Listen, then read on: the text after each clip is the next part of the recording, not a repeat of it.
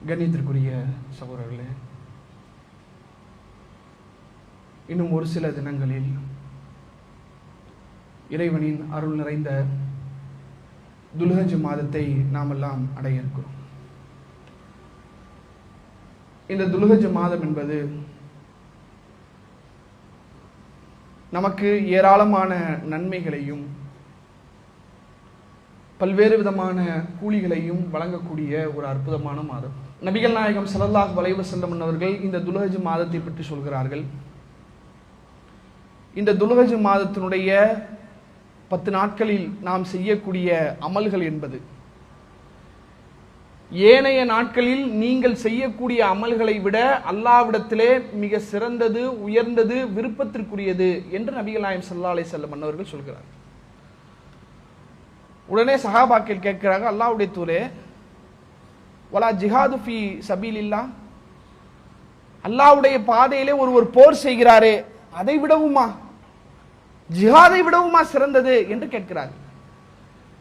அப்ப ரசூலுல்லாஹ் ஆமாம், அதை விட சிறந்ததுதான் என்று சொல்லிவிட்டு அடுத்து ரசூலுல்லாஹ் பேசுறாங்க, ஒருவர் அல்லாஹ்வுடைய பாதையில் தன்னுடைய செல்வத்தாலும் தன்னுடைய உடலாலும் போரிட்டு திரும்ப வராத நிலைமையிலே அந்த போர்க்களத்திலே இறந்து விடுவாரையானால் அவருடைய கூலியை இது அடையாது.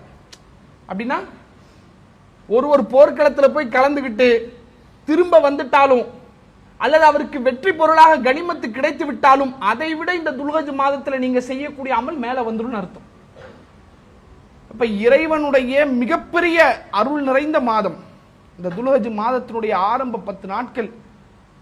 எப்படி ரமலான் மாதத்தினுடைய அந்த கடைசி 10 நாட்கள் அமல்களை அதிகரிக்க நாம ஆர்வப்படுவோமோ, ஆசைப்படுவோமோ, அதுபோல இந்த துல்ஹஜ் மாதத்தினுடைய ஆரம்ப 10 நாட்கள் நம்மால் இயன்ற அளவுக்கு அதிகமான அமல்களை செய்வதற்கான ஒரு சூழலை, அந்த மனநிலையை முதல்ல நம்ம வச்சுக்கணும். இந்த 10 நாளை நம்ம நல்ல முறையில் பயன்படுத்தணும், நல்ல அமல்களை செய்யணும், தொழுகைகளில் கவனத்தோடு இருக்கணும், ஜமாத்தோட தொழுகையை நிறைவேற்றணும், முன்பின் சுன்னத்துகளை நிறைவேற்றணும், நம்மால இயன்ற தர்மங்களை செய்யணும் என்கிற மாதிரியான மனநிலையை முதலிலே வளர்த்துக் கொள்ள வேண்டும்.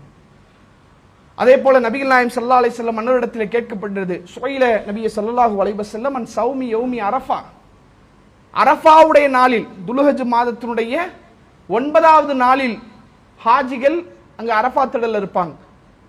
அப்போ உலக முஸ்லிம்கள் எல்லாம் அவர்கள் பிறை பார்த்த அடிப்படையிலே அந்த அரஃபாவுடைய நோன்பு நோக்கக்கூடிய சந்தர்ப்பத்தில் அதை பற்றி நபிகள் நாயகம் ஸல்லல்லாஹு அலைஹி வஸல்லம் இடத்தில் கேட்கப்படுகிறது, அதற்கு என்ன நன்மை என்று.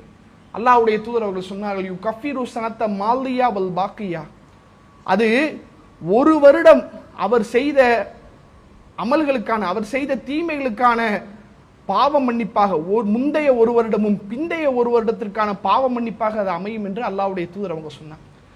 அப்ப இந்த அளவுக்கு பாக்கியம் நிறைந்த, கூலி நிறைந்த இந்த மாதத்தை நாம் அடைய இருக்கிறோம்.